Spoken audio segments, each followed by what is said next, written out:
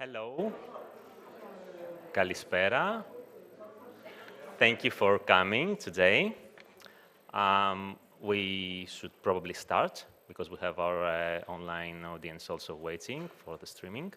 I'm very, very excited and pleased to welcome at the Cyprus Institute our very good collaborator and friend, Ayatis Bernardo. We know each other for quite some time now. You will excuse me, I will do a short introduction of your resume before I welcome you to the panel. So, Ayatis Bernardo is a Senior Research Associate at the Digital Curation Unit at the Information Management Systems Institute of the Athena Research Center and Postdoctoral Fellow at the Department of Informatics at Athens University of Economics and Business. In 2022, she was appointed as one of the three directors of the European Digital Research Infrastructure for the Arts and the Humanities, or DARIA ERIC. Ayatis holds a PhD in Ancient History and Classical Archaeology from King's College London, where she also completed her undergraduate and postgraduate studies on ancient history. She holds also a master's degree on cultural management and communication from Pantheon University in Athens. Ayatis has been working in the field of digital humanities for over 15 years and has been involved in national and international digital humanities initiatives as team member, work package leader, and project coordinator. Her main areas of interest include history in the digital domain, digital storytelling, and user requirements. She is the coordinator of the Block 15, a project hosted by the Athens University and co-funded by the Greek-German Fund for the Future and the Hellenic Ministry of Culture and Sports. Block 15 is the first immersive production on difficult heritage in Greece, and as difficult histories are highly relevant to our past here in Cyprus, we are very eager to hear more about how they have started building this production. Thank you for accepting our invitation, Ayatis. The floor is yours.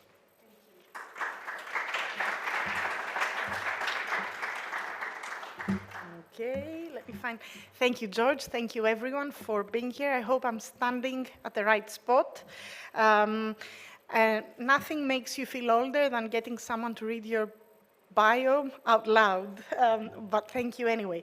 So a few practical things before we start. As you can see there, Nicolas has a headset on. So you are all invited to put the headset on while I deliver this talk, so that you get a first-hand experience of what I'm going to be discussing during my presentation. Also, kindly, colleagues here have set up the system in such a way that you will all be looking at what somebody is experiencing while the headset is on. So please feel free to ask for the headset during my talk. As George mentioned, just a few months ago, not even a year, I took a new appointment in DARIA Europe as director. DARIA is the European Research Infrastructure in the Arts and Humanities. We are an organization, but we are also a network and a place and a platform for expertise exchange. And as director of DARIA Europe, I have to say that we are all very happy to see such an active participation on behalf of the Cyprus Institute within the infrastructure. It really means a lot, and on many levels, on certain research committees, also on working group level, we're delighted to see how active the Cyprus Institute has been and still is. So now back to my presentation. Undesirable Stories, Frightful Places. It's such a catchy title. Revisiting a concentration camp through immersion. So let me have a look at the time and start straight away. So now what you have in front of you is the image of a building. This building is Block 15, one of the buildings within the Haidari Army Camp in Western Attica. Now, how many of you, please raise your hands, are aware of the fact that just a few kilometers outside the central part of Athens, there was a concentration camp operating during the German occupation in Greece? Were you aware of that? Three out of This is exactly the point we made while we were designing the project that I'm going to be showing you. Just in terms of location, you can see Athens, where it says 91. This is right around the area that Syntagma Square in Athens is located. And then you see to the northwest where the Haidari army camp is located. Now, there are a few things that I need to be talking to you about, sorry about that, before I set off. Now, what is really particular about the Haidari army camp, which operated as a concentration camp during the years 1943 and 1944 in Athens, is that the army camp has not ceased to be in operation ever since. So basically, all buildings, historic buildings within this army camp, are not open to visitors at all. So we have cultural heritage sites situated in operational army camps, which are not open to visitors. Now, there's also another point I need to make, which goes under the whole discussion of memory, of maps of terror or memories of terror in Greece. The German occupation in Greece, which lasted the duration of which was between 1941 and 1944, has sparkled debates. It's still very central to political discussions in Greece. We all know that. But the actual sites of the time are not open to visitors, and not just that. Mostly, they're not known to the broader public. We do not get told about them at school, during in our history lessons, and of course, we do not get to visit them. It's not like in Germany, Poland, where you get to visit such sites physically. In Greece, not just the Haidari camp, but also, for example, for those of you from Thessaloniki, the Pavlos Melas camp, which did operate as a concentration camp as well, is not open to the general public, right? So the memory of the Second World War in my country remains largely invisible. So Block 15, which was the building I showed you in the beginning, is located in an active army camp, and it was the building that operated as the building for isolation and torture during those years. It was used only for male prisoners, and it still stands. It remained in operation as a building during the Civil War that followed the Second World War, and also, and from then onwards, it started being actively used for training cryptographers in the Greek army. So up until the mid-80s, the building remained in operation. Then it was declared a monument. It was renovated, thankfully not drastically. It was renovated, and then it started standing there, just, unknown and, left to forgetfulness, right? So back in 2020, we had this idea, which sounded quite crazy, within the Department of Informatics at the Athens University of Economics and Business, to work on a virtual reality production, an immersive production on Block 15, and to try to revive the building and its stories and the stories around it by means of virtual reality. So we got financed by the Embassy of the Federal Republic of Germany in Athens, what is called a particular funding scheme, the Greek-German Fund for the Future, and also the Hellenic Ministry of Culture. So we wanted to create a 3D story-driven exploration of the concentration camp, but, and I need to stress that because this is where the heart of the project lies, we wanted to locate, curate, reuse, and incorporate historical and archival material. So all this story-driven production is based on actual historical research. So of course, I need to go through the steps that we needed to take. Initially, and let me go back just to tell you that the project is it's still in progress and it's due to finish before summer 2024, if we're lucky enough. It's not a 4-year project. For those of you working in VR, you should be able to tell that this sounds longer than it should. It's because we needed to keep reapplying for funding every single year. It wasn't financed, as a whole. So the steps, back to the steps. This is a project on difficult heritage, and I'm sure you know that difficult heritage is the kind of heritage that, makes us feel a bit uncomfortable, right? Difficult heritage has to do with difficult pasts and stories that we tend to need to forget rather than remember. But also what I like to think when discussing digital heritage is that digital heritage projects around difficult heritage consist of very difficult steps that need to be taken. So those 5 steps that you can see here, 4 or 5 steps, all have an element of difficulty in them just because the actual theme, the actual building and the actual site that we're working on is a site of difficult heritage. Now, archival and historical research. Our team, of course, consisted of historians, specialists in the period, in the Second World War period, in Greece and beyond, who went out and sought as much archival content and historical material around the building, and not just around the building, around the network that had been developed around the building itself. So whatever happened within the concentration camp, whatever happened in Haidari as a region, and of course, how the building and the concentration camp was connected, how it was embedded in the network of terror, may I say so, of Attica and Greece in the years 43 and 44. Now, this building, for those of you that have heard about it, or for those of you that haven't, is the building in the courtyard of which the famous 200 men were gathered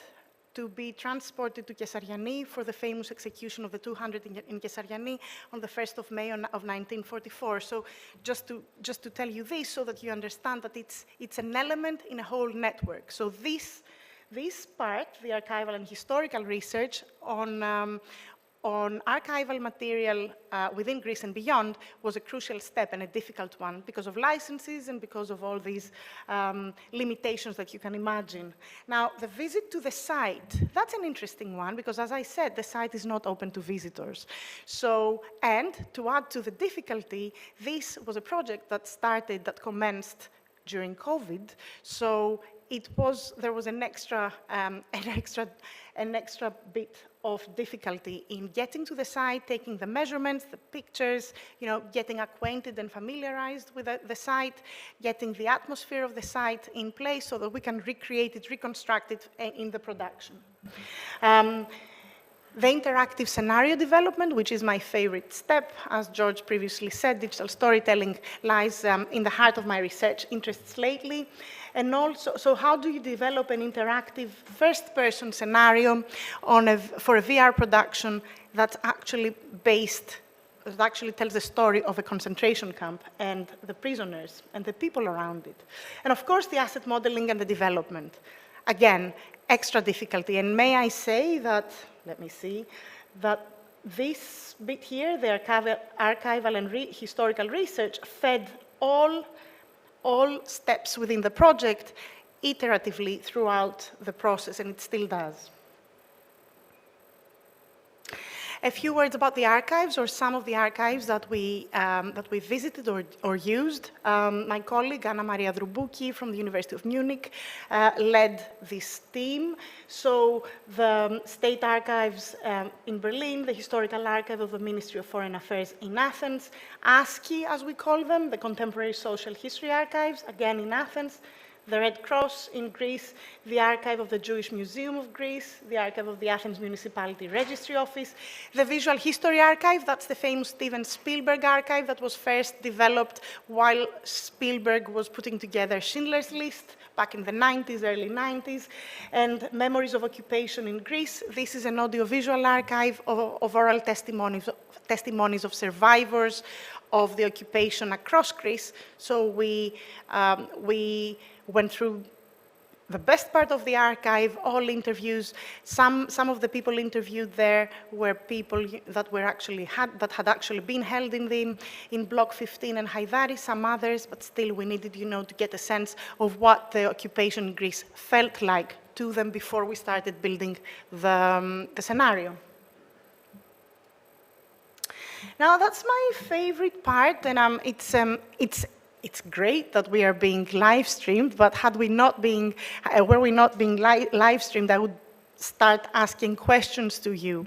Now, we decided that this would be a production that would not just be a 3D documentary of the place. So it wouldn't be just a guided tour. So you wouldn't just put your headset on and just be guided across, the camp, and in Block 15, Block 16, which is the women's, which was the women's building, and so on and so forth. We wanted to employ methods of gamification and drawing from them to create a first-person scenario, a first-person digital storytelling in which we would be incorporating this material, the archival material that I discussed just before. But this is not an easy task, as you can understand. So when a user or visitor puts on a headset that transports him, let's say, to a concentration camp, currently under Nazis, who can that person actually be? That A, gets to visit Block 15, see it from outside and inside, and also have this, freedom of movement. People didn't have any freedom of movement in an army camp. I mean, if you ever took any liberty in a concentration camp, you would probably get punished for it, to say the least. So how would we account for interactivity in such a production, and to what extent, right? And also, what would really be the overarching storyline? And in those images right here, you can see parts of the storyboard for the production created by my colleague, Giorgos Goussis. He's a quite well-known illustrator in Greece. He's a cartoon artist, and as of late, a quite successful cinema director. So what do you make of this question? Okay, and in the course of this project, I have been discussing this in colloquia like this one, where people, are reserved, and I can see it in your eyes, that I can see the reservations, I can see the questions, developing in your minds. And I've given talks to conferences in which people like you, they were looking at me, thinking what would be really the point of view of such a production. But one of my favorite audiences are students, school children, and I've given talks to several schools in Athens, and these were pretty interactive talks. So I asked, what would be the point of view? What would you make the user of the headset be? And these are some of the answers I got. And I can see the smiles on your faces, and of course, none of these is the right answer, but let's look at them one by one. One of them said it could be a ghost. Now, a ghost, bear in mind that these were like children aged 13 to 17, roughly. These are audiences or target groups that are highly familiarized, familiarized with games. So why not a ghost? Somebody that died, that was executed perhaps during his imprisonment at Haidari, and let's say that he comes back and guides us through the army camp and what took place there. That could have been one of the ideas. The mouse or the cat came up pretty often while speaking to children, because of course animals or small animals do have a freedom of movement that prisoners don't, as would a ghost, of course, right? And I spoke about Block 15 and this project in a school right 2 days ago, and somebody else said, why not a plant, right, or an ivy that, starts off from the ground and then it grows and grows and grows and then eventually gets to see the army camp from above. And the bird eye view. So none of these, because all of us in the project team are over 17 years old, none of these ideas was the one that we actually materialized. But this, again, shows to me two things. One, the dynamics of digital storytelling and where this might get you. And two, the fact that certain concepts that to older demographics such as us seem, unimaginable. Younger generations don't have those kinds of reservations. But back to my talk. Excuse me. This we found was the solution to our problem. So we decided that Block 15 would be woven around the experience of a prisoner in Block 15 of the Haidari concentration camp during a 24-hour period between the 9th and 10th of August 1944. Why?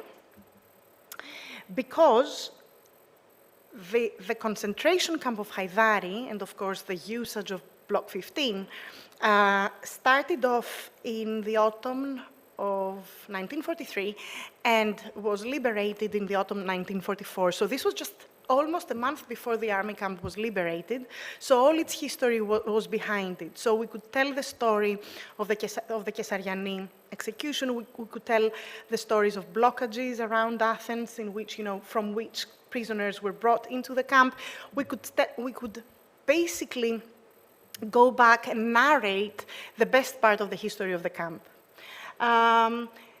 You guys that would put on the headset would be transferred to the Haidari concentration camp from the blockade of Vyronas. For those of you that know of Athens, Vyronas is a suburb very central to Athens towards the Mount of Imitos, one of the famous blockades in which the Germans brought prisoners into Haidari from. And you get appointed to the kitchens. Now, why the kitchens? Oh, and also, I shouldn't forget to say that the user or the prisoner is male, because it was only men that were allowed into Block 15, so we couldn't have a woman, despite the fact that our project team is comprised mostly by women, and we would really like to have a woman as the narrator. We couldn't do that. So you do get appointed to the kitchens, and basically, you get friendly with somebody that's been held in the camp for longer than you. So he's basically your tour guide, right? You need to have somebody to guide you through the army camp, the concentration camp, and also to show you around, Block 15 and to tell you the story of it. So very soon you take on a mission to deliver a note from the women's block to another prisoner in solitary confinement within Block 15. Now, our archival research showcased that it was the people giving out food rations, that got the liberty to move around with some kind of freedom around the site during the times that prisoners were to be fed.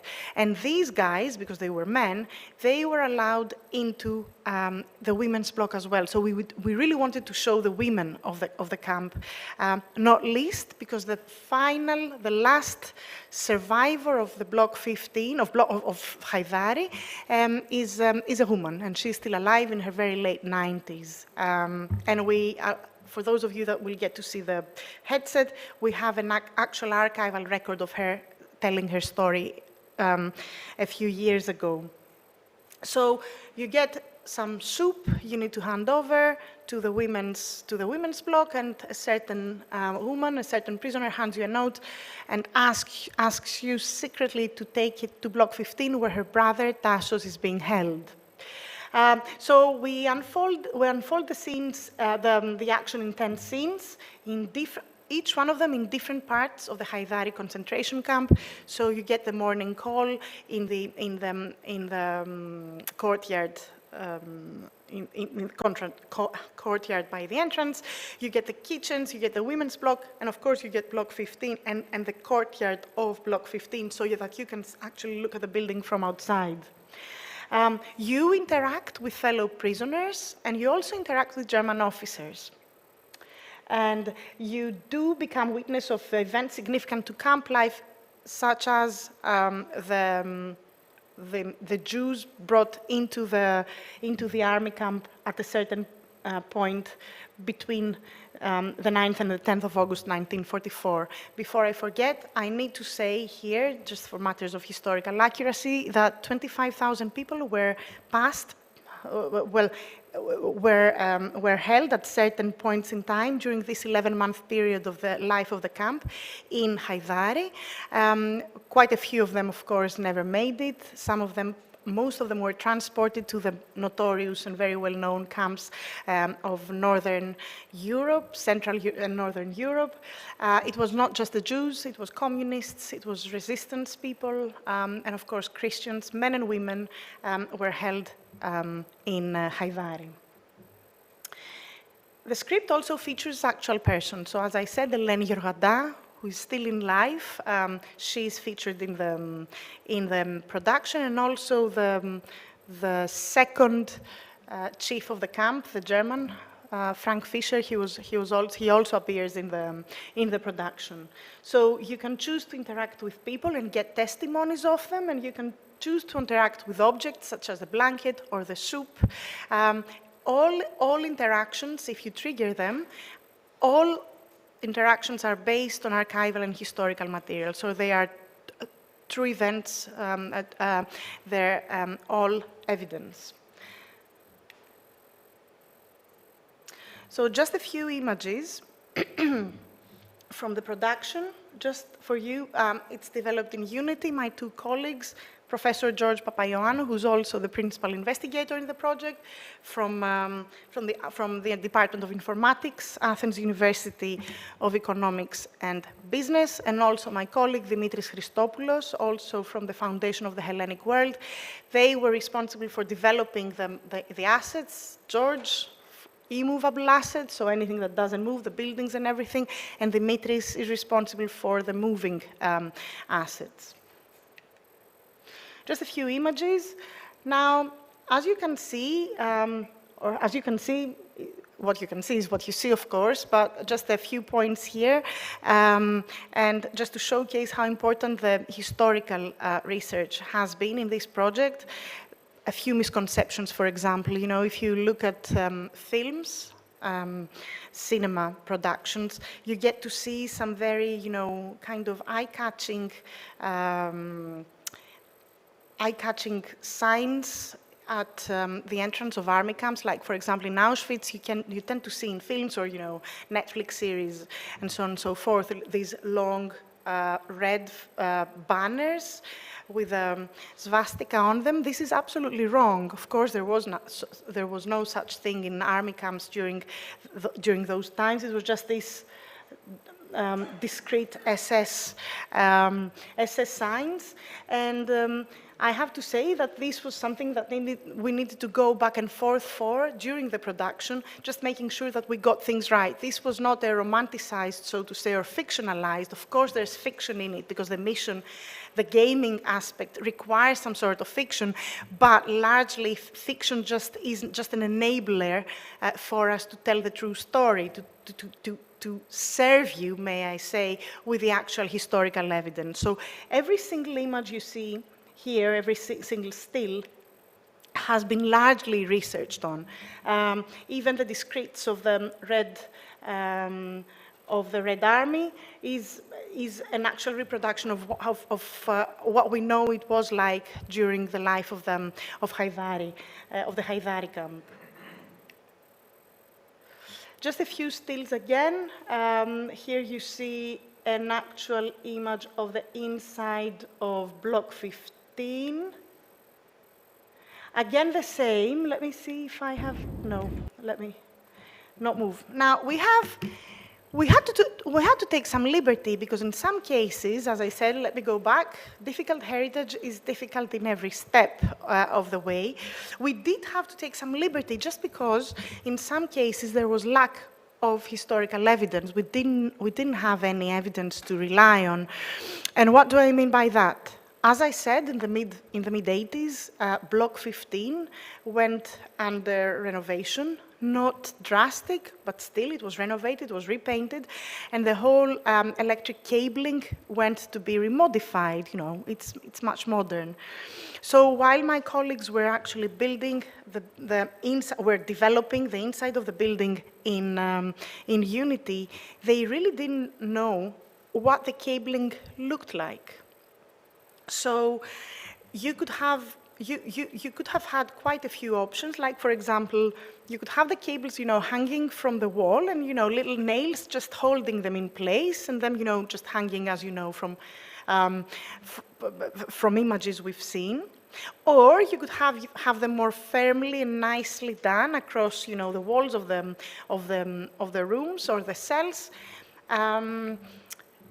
We didn't know what to do. Nowadays, the cabling is modern. It's absolutely, you know, the switches are like these ones we have here. So we couldn't rely on anything.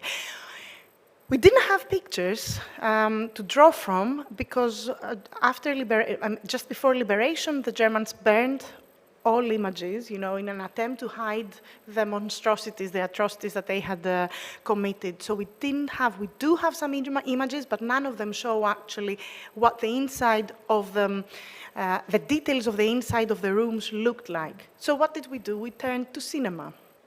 Did we get an answer, a firm answer? No. Going back, we didn't turn to cinema right ahead. We tried to contact the archive of the Greek army. I don't know about Cyprus, but in Greek terms, the archive of the Greek army is something big and basically quite difficult to reach. And people were really helpful. They really understood the cause, our mission, but they were really taken aback. They were like, are you really asking us how the cabling looked like in Block 15 80 years ago? And we're like, yes, could you help us? And they said, no. So we turned to cinema. Two films we looked at. One was, of course, Schindler's List. We looked at cinema that focused in films that developed around famous concentration camps in Europe, Auschwitz, the most famous one, Birkenau. So we looked at Schindler's List, and in Schindler's List in Auschwitz, cabling is, you know, the nails and like loose cables, you know, hanging around the walls. The Son of Saul, a film much more recent, again, quite a vivid reproduction of what was happening in Auschwitz. Cables absolutely perfectly placed around the room. So we opted for the latter because we figured that, you know, nobody really knows some of the details. You really do have to be creative in some ways. We knew, for example, that from pictures, that the walls were half green, half off-white. We knew that, so this is what we did with it. So the scenario was written, assets were being developed, and we had to, the scenario is quite cinematic. It's a very crucial part of the production. So I will show you a video of a colleague, Adonis Tiotsiopoulos. He's a quite well-known actor in Greece. You may know him. For those of you that watched the film Magnetic Fields, Magnetica Pedia, last year played across cinemas in Greece. He was the protagonist. So he is the voice of your guide, your friend, your companion in the army camp. And here is Adonis doing the voiceover of one of the most, I think, dramatic parts of the production. Σκηνή 8, κρατούμενος 2, 2 από 2.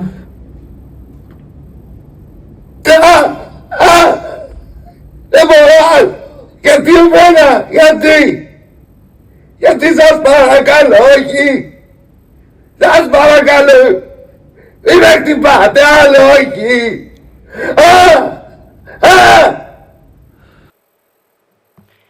All of the characters in the production are played, the voices of the characters are by actors, professional actors that worked with us during the project.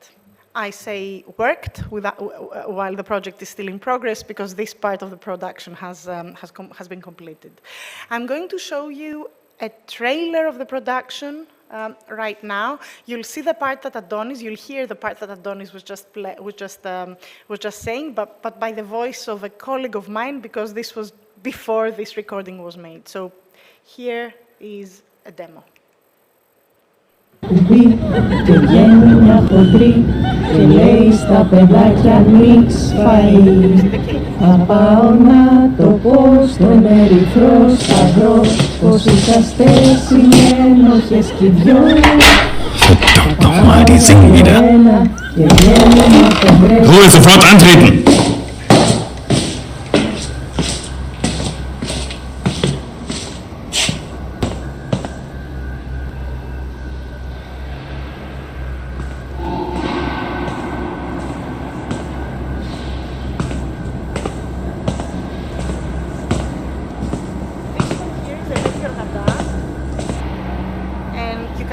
Voice of the actual Eleni Georgada during the production. Σου είχαν πάρει όλα τα ρούχα, δεν είχες τίποτα.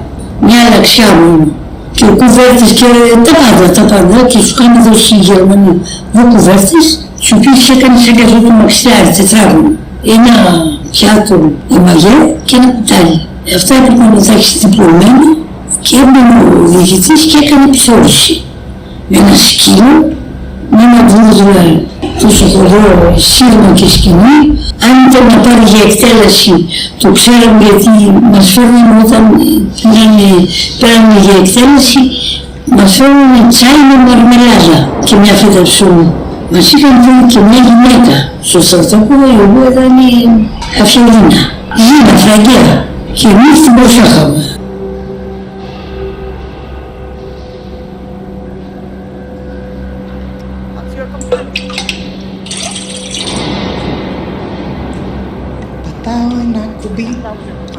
Ruhe!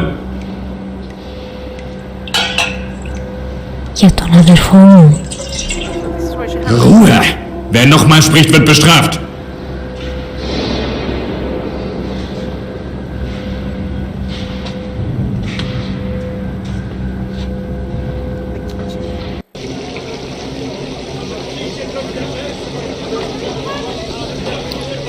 Πήρες είδηση το σημείωμα που μου έδωσε πριν μια γυναίκα στο θάλαμο?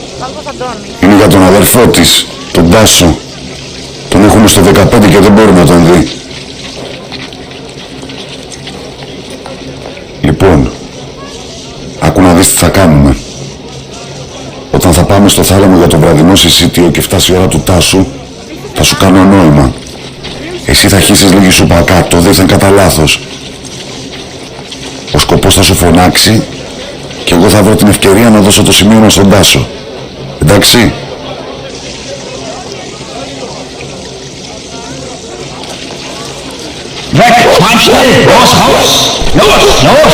Ησυχία, μην κουνηθεί κανείς. Θες έξω από το παράθυρο τι γίνεται.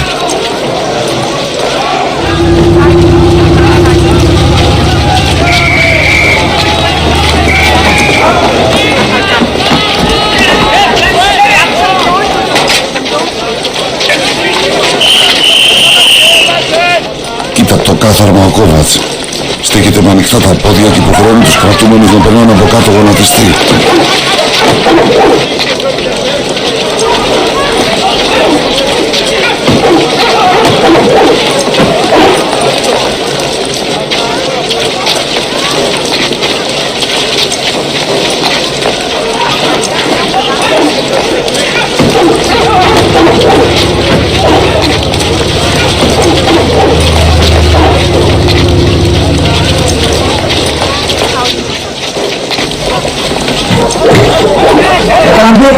Στο δελούτηκε στο κατσιπόδι.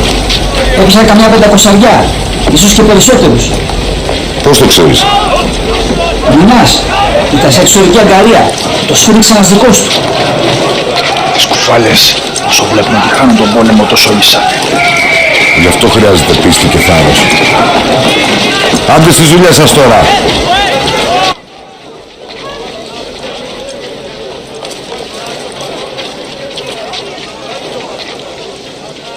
Θα πάω στο μπλοκ 15. Πάρ' το καζάρι με τη σούπα και φέρ' το εκεί. Now this is block 15 from the outside.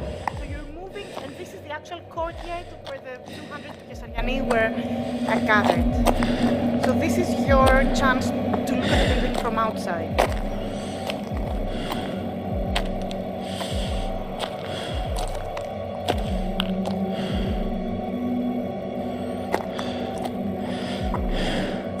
It's absolutely accurately reconstructed as per our archives. Block 15.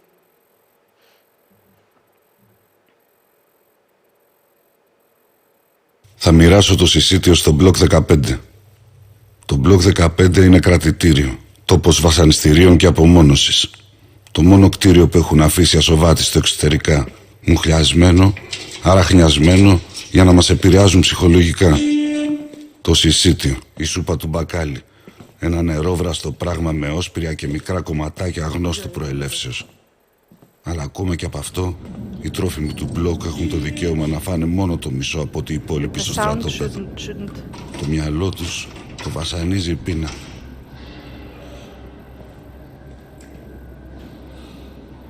Τους έχουν στιβαγμένους σε ένα μικρό δωμάτιο. We'll see.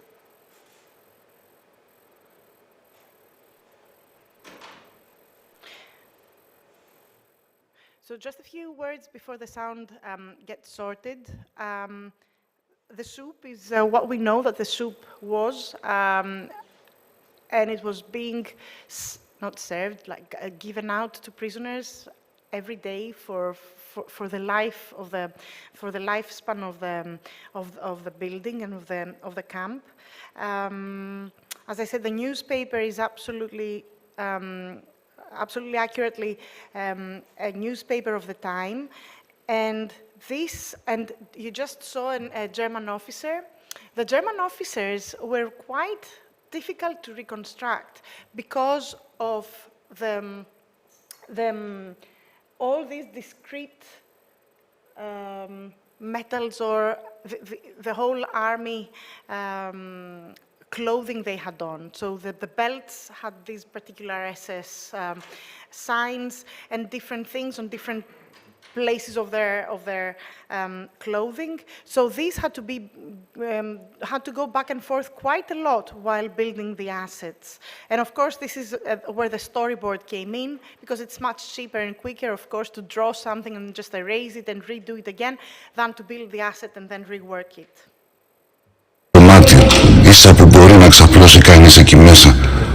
Τους αφήνουν να βγουν μόνο 2 φορές τη μέρα από 10 λεπτά για τουαλέτα.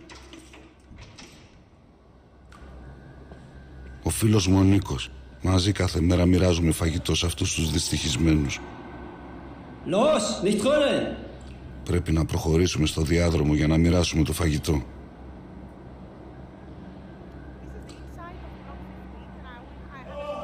About this corridor.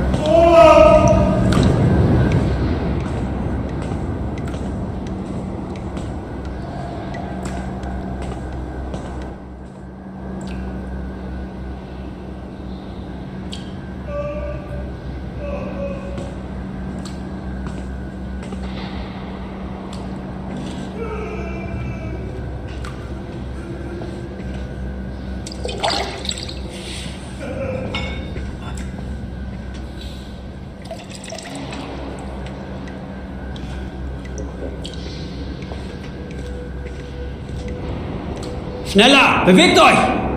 Πάμε τώρα την κατσαρόλα στο επόμενο κελί.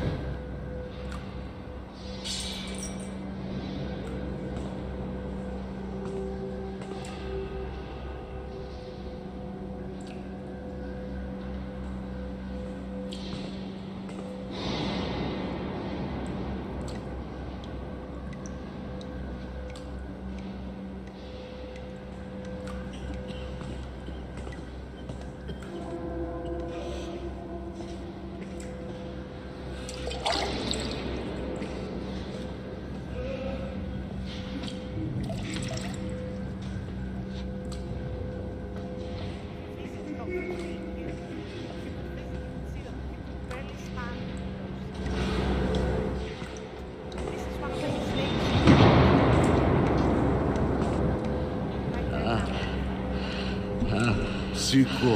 Θα σε αφήσει πάλι μυστικό. Γιατί εμένα, γιατί σας παρακαλώ. Hör auf zu betteln! Steh endlich auf! Aufstehen, habe ich gesagt! Ich hab die Schnauze voll von euch! Steh endlich auf! Aufstehen! Kein Armbrot für dich! Schon lernen wir hier das Kommando hat. Ja, ihr werdet Gehorsam lernen.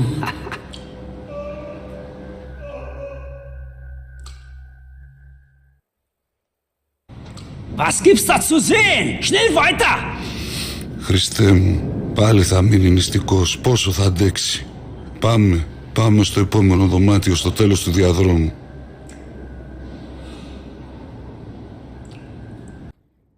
Σκηνή 8, κρατούμενος 2, 2 από 2. Okay.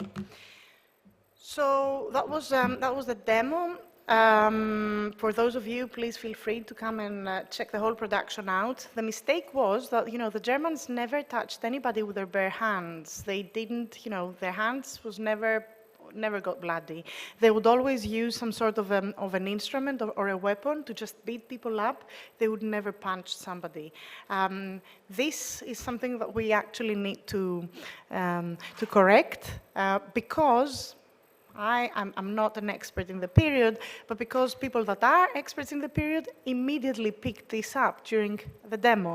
They said, everybody always says, of those that survived, always used to say that, the Germans never got their hands bloody. The other thing about the story, the small remark, it's not a story about the corridor, is that user testing, and this is me testing a very, very early version of the production. During the testing, we realized that the whole corridor situation was getting really uncomfortable with users. So the sliding thing, which is, it's like the heart of our story. Whatever happens in block 15 happens, on each side of that corridor, but yet the movement across that corridor got so unpleasant that some of the people testing the production actually got sick. So this is something that we needed and we are reworking. And before I finish, a remark about the language. Now the production is in Greek. It is going to be dubbed in English as well, with Greek actors doing it. So the accent is Greek, not British or American accent for the Haidari prisoners. But the German is not going to be dubbed into English. And the whole idea behind it is that, the prisoners in Haidari didn't understand what the Germans were talking about.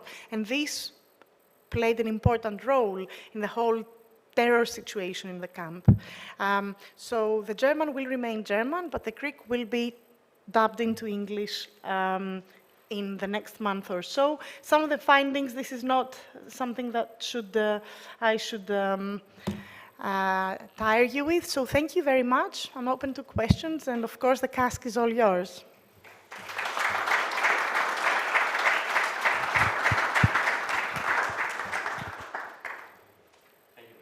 Thank you.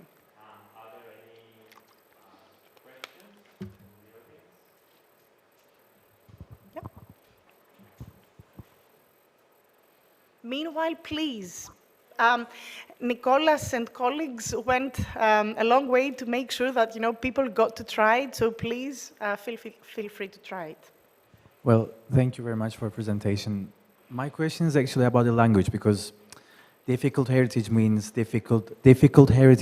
difficult language to express this heritage. Mm-hmm. I was wondering your strategies in this whole narration. What kind of strategies you follow in all the storytelling part?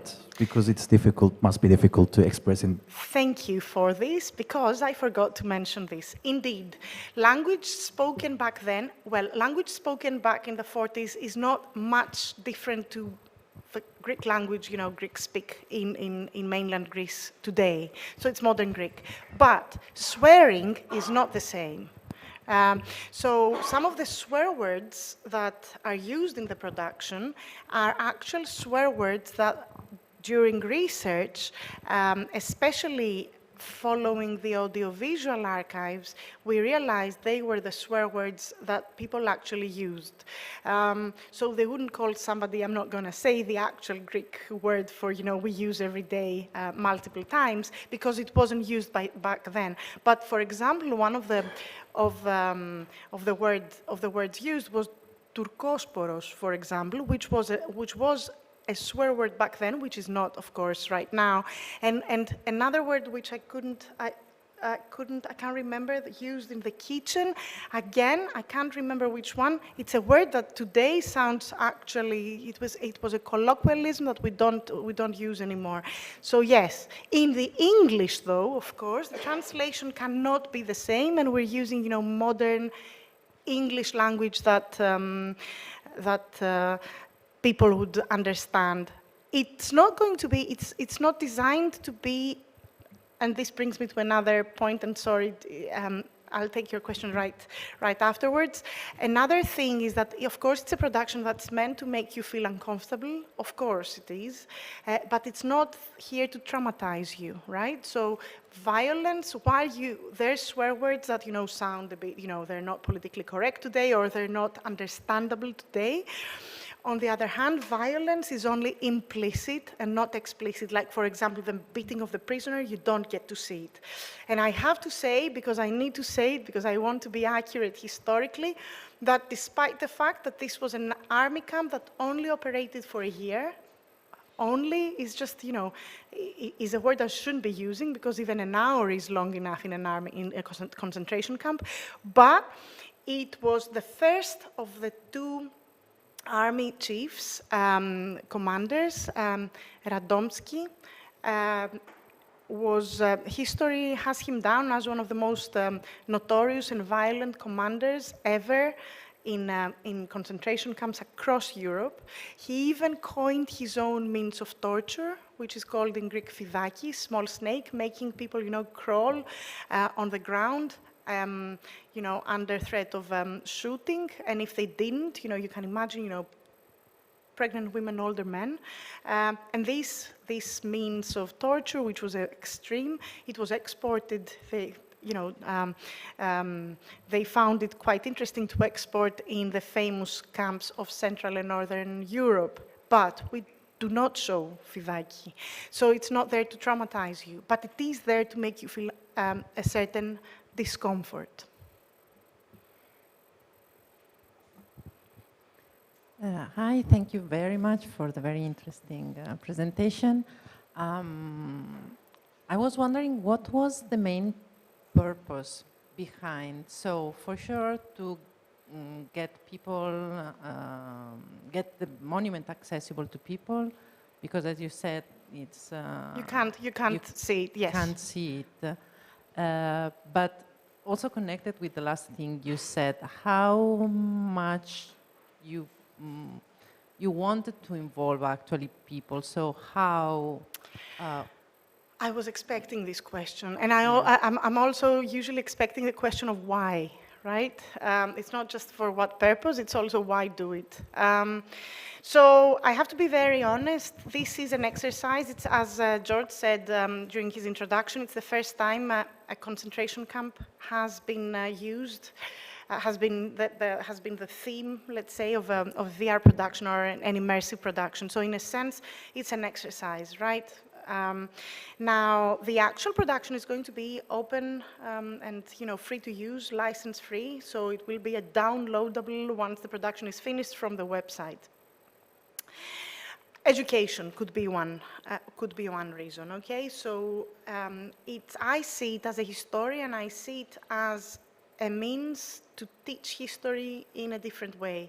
Bear in mind, and I don't know about the country you may be from, or Cyprus, but we in Greece, we don't get to hear much about the occupation. It's usually taught during the last class of high school, Triti Gymnasiou, but it's quite late in the syllabus and people don't get to do it. So it's a different way of teaching history. Possibly. The other thing, is raising awareness, okay? I mean, this is what we also talk about during projects, impact and raising awareness. But yes, it's about visiting the site. I have to say, to be to be absolutely accurate, that the site is open to the public every 1st of May because of remembrance reasons for the Kesariani event, which is like an iconic event in modern Greek history. But other than this, you need, license from the army, you need license from the perhaps Ministry of Culture, and also, the municipality of Haidari. So in a nutshell, that's it. Now, you didn't ask, but when I first spoke publicly about this project was before even the project started. We had applied and we were hoping to get the funding for it. During a talk in the States, when somebody of Jewish descent, and rightly so, she said, a professor of architecture, she said to me, why do it? And it's a long discussion, and there has been a volume around difficult heritage that my colleagues and I, and George was one of the contributors. Why do it? Well, cinema does it for years, and other forms of, say, other media have been doing it. So this could be an answer just to bring this on the table too. But yes. It's more or less education, it's raising awareness, and it's making accessible the site. But overall, I would say it would be an exercise, hopefully, of a first of many, because I don't see why the Pavlos Melas in Thessaloniki should not be open in such ways, or other sites of terror in Greece, Kalavrita. Vistomo would be a very difficult situation, but it's a whole topography of terror that's largely hidden in my country.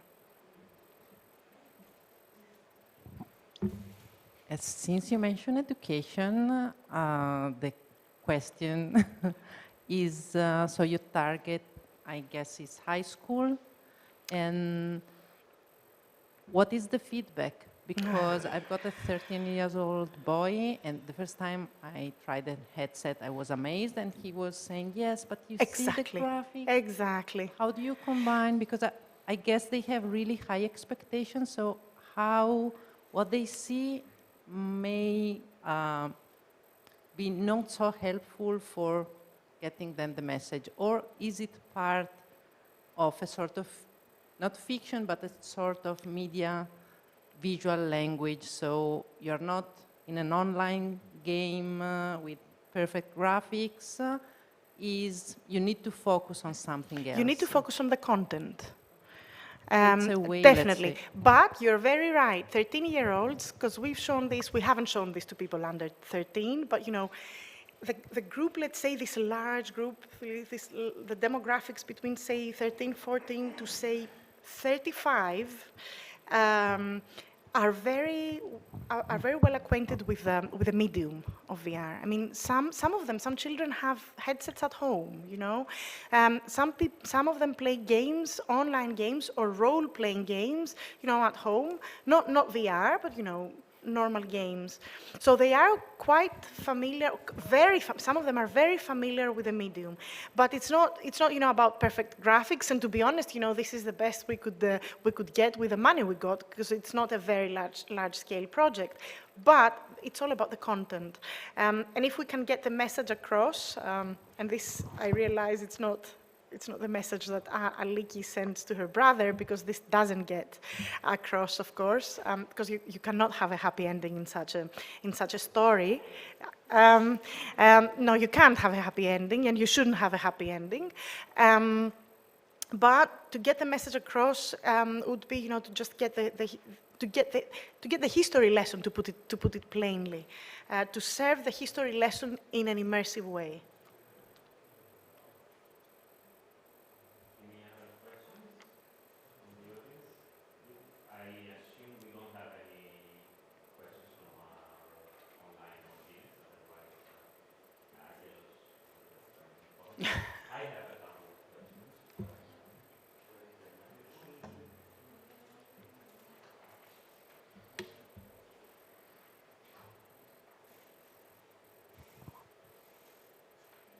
So thank you very much for the presentation.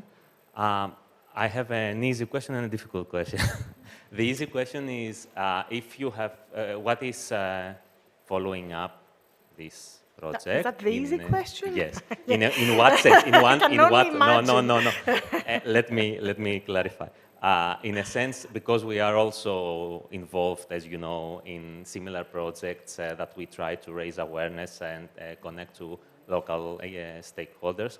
My question was basically, now that you are reaching the end and you see the end of the tunnel, what kind of measures have you started taking, or at least started considering for actually reaching out audiences besides like uploading it on a platform?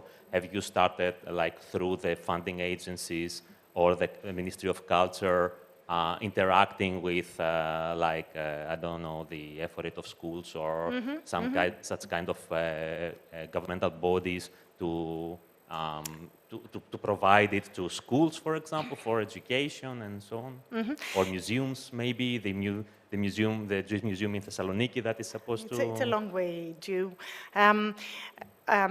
Yes, thank you for the question. Well, the answer is we have the support. The project has the support of the municipality of Haidari and the Jewish community in Greece and the Athens community, the Athens Israeli community and the Ministry of Culture and quite a few important partners, stakeholders, as you call them. So to start with small, I have to say that our dream would be to launch this in Block 15. So to get the absolute, the licenses to actually get people there, children, people from Haidari, and to launch this on the actual site. I don't know if that's feasible, but this is definitely what I'm hoping and I'm working towards. Now, yes, through governmental bodies such as ministries of education, definitely reaching out to schools is one of the aims, and also universities.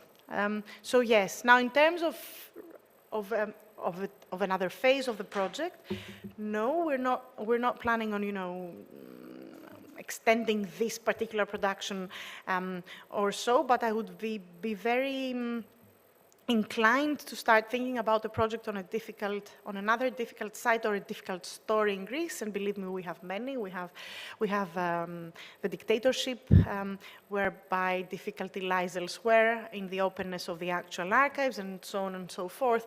Because I am a historian, as you said, and I see technology as the medium to tell a story. Technology is not the ultimate aim. So it's all about, and I'm very much interested in telling stories that are very difficult to be told. So yes. Drawing from the wisdom gained from this exercise, yes, that would be a phase 2 of the overall research question. Thank you very much. And now quickly to the difficult one. As you know, the history, I'm sure you are aware of the history of this country, of these islands. So I was wondering what would be your thoughts on a question regarding the less difficult, in a sense, in terms of the mechanisms and the tools, the narrative mechanisms, the storytelling that one would use in portraying or engaging with audiences and the public when one wants to communicate, like a situation, an event in the history where there was a clear bad, evil, okay, let's call it like this. There's a clear evil here yes, too, yes. Versus when you have the POVs that you were presenting are like different like views on the historical event, not spatial views as in the bird versus the rat, or the human eyes, but in how different communities engaged in a conflictual situation have been, building up on specific historical national narratives of that event. What would be my view on how to design an interactive scenario, for example, or how to build the storytelling? Storytelling is always the backbone in those situations. Yes, well, let me start from Block 15. I didn't show it because I didn't have the time, but, of course, there was discussion of the user, the person putting on the headset becoming a German officer. That was the easy way out, of course, because German officers had freedom to move wherever they wanted, but would we want somebody, to as a user, as a visitor, call them as you may, be the person that actually executes someone or tortures or, you know, whatever. No. So in this case, we opted for, we strongly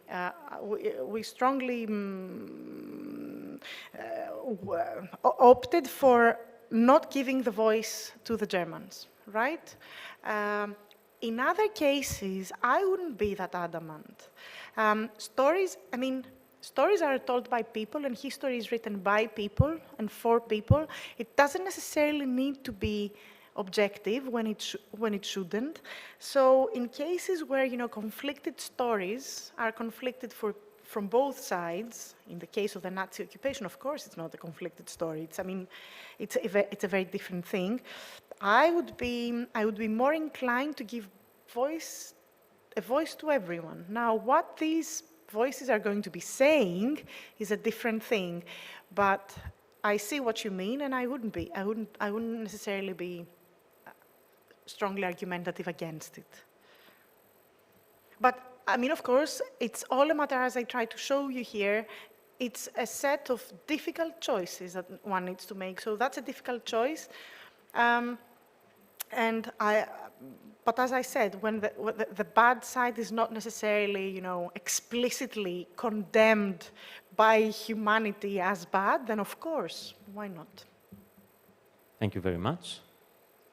And unless there are any other further questions, we could call it a day. And thanks again for our physical audience and the online. Of course. Thank you very much, Ayatis, for this very... Thank you. Thanks for having me.